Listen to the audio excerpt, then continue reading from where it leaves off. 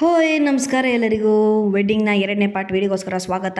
ಮದಿ ಎಲ್ಲ ಪೂರೈಸ್ಕೊಂಡು ಹೋಯ್ತು. ಅಲ್ಲಿದ್ದ ಸೀದಾ ಹೊಡ್ತಾ ಬಿಸಿಲಿದ್ದಿದ್ದ, ಅದಕ್ಕೆ ಮಾಮ ಒಂದು ಬದಿಗೆ ನಿಲ್ಸ್ಕೊಂಡು ಐಸ್ ಕ್ರೀಮ್ ಎಲ್ಲ ತೆಸಿಕೊಟ್ರು.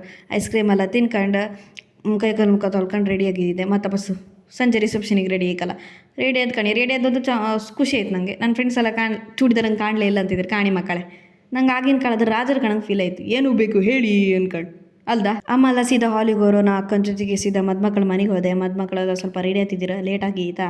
ಒಂದು ಬದಿಗೆ ಸುಮ್ಮನೆ ಕೂಕೊಂಡಿದ್ದೆ. ಅಲ್ಲಿ ಮದುಮಗಂದು ಅಣ್ಣನ ಮಗಂದು ಆಟ ಸಾಮಾನು ಸಿಗ್ತಾ, ಅದ್ರ ಜೊತೆಗೆ ಆಟ ಆಡ್ತಿದ್ದೆ.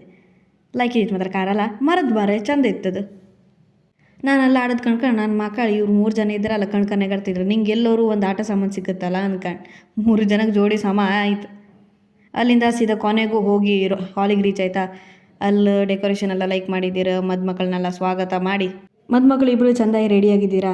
ನನ್ನ ಫೋನ್ ನಂಗೆ ಅಷ್ಟು ಲೈಕ್ ಬರಲ್ಲ, ಅದು ಚೆಂದ ರೆಡಿಯಾಗಿದ್ದೀರಿ. ಕಡೆ ನಾವೆಲ್ಲ ಹೋಗಿ ವಿಶ್ ಮಾಡ್ಕೊಯ್ತಾ.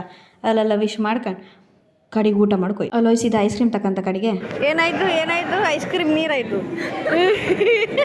ಐಸ್ ಕ್ರೀಮ್ ಎಲ್ಲ ತಿನ್ಕೊ ಸೀದಾ ಕೆಳಗೆ ಸೋಫಾ ಬಂದು ಕೂಕಂತ. ಇಲ್ಲಿ ಕಾಣಿ ನಮ್ಮ ಮನೆಯಲ್ಲ ಹ್ಯಾಂಗೆ ಕೂಕೊಂಡಿರಿ, ಬಿಗ್ ಬಾಸ್ ಮನೆಗೆ ಕೂಕೊಂಡಂಗೆ ಇಲ್ಲೇ ಒಬ್ರೊಬ್ರು ಸುಸ್ತಾಗಿದ್ದಲ್ಲ, ರಾತ್ರಿ ಆಯ್ತಲ್ಲ. ಅಲ್ಲಿಂದ ಸ್ವಲ್ಪ ಬೇಗನೆ ಹೋಯ್ತಾ. ಕಡೆಗೆ ಬೆಳಗ್ಗೆ ಬೇಗ ಎತ್ಕೊಂಡು ವಾಪಸ್ ಮನೆಗೆ ಹೋಯ್ತು ಅನ್ಕೊಂಡು ಅಲ್ಲಿಂದ ಸೀದಾ ಹೊಳ್ತು ಕಾಣಿ. ಬೆಳಗ್ಗೆ ಅದೇ ಬೇಗ ಎತ್ಕೊಂಡು ಬಸ್ಸೆಲ್ಲ ಹತ್ಕೊಂಡು ಸೀದಾ ಕುಂದಾಪುರಕ್ಕೆ ಬಂತು. ಫೈನಲಿ ಫಂಕ್ಷನ್ ಎಲ್ಲ ಎಂಡ್ ಆಯಿತು. ಯಾರೆಲ್ಲ ಕೇಳ್ತಿದ್ರಿ ಫಂಕ್ಷನ್ ಇನ್ನೂ ಆಯ್ಲಿ ಅನ್ಕೊಂಡು ಫಂಕ್ಷನ್ ಎಲ್ಲ ಎಂಡ್ ಆಯಿತು.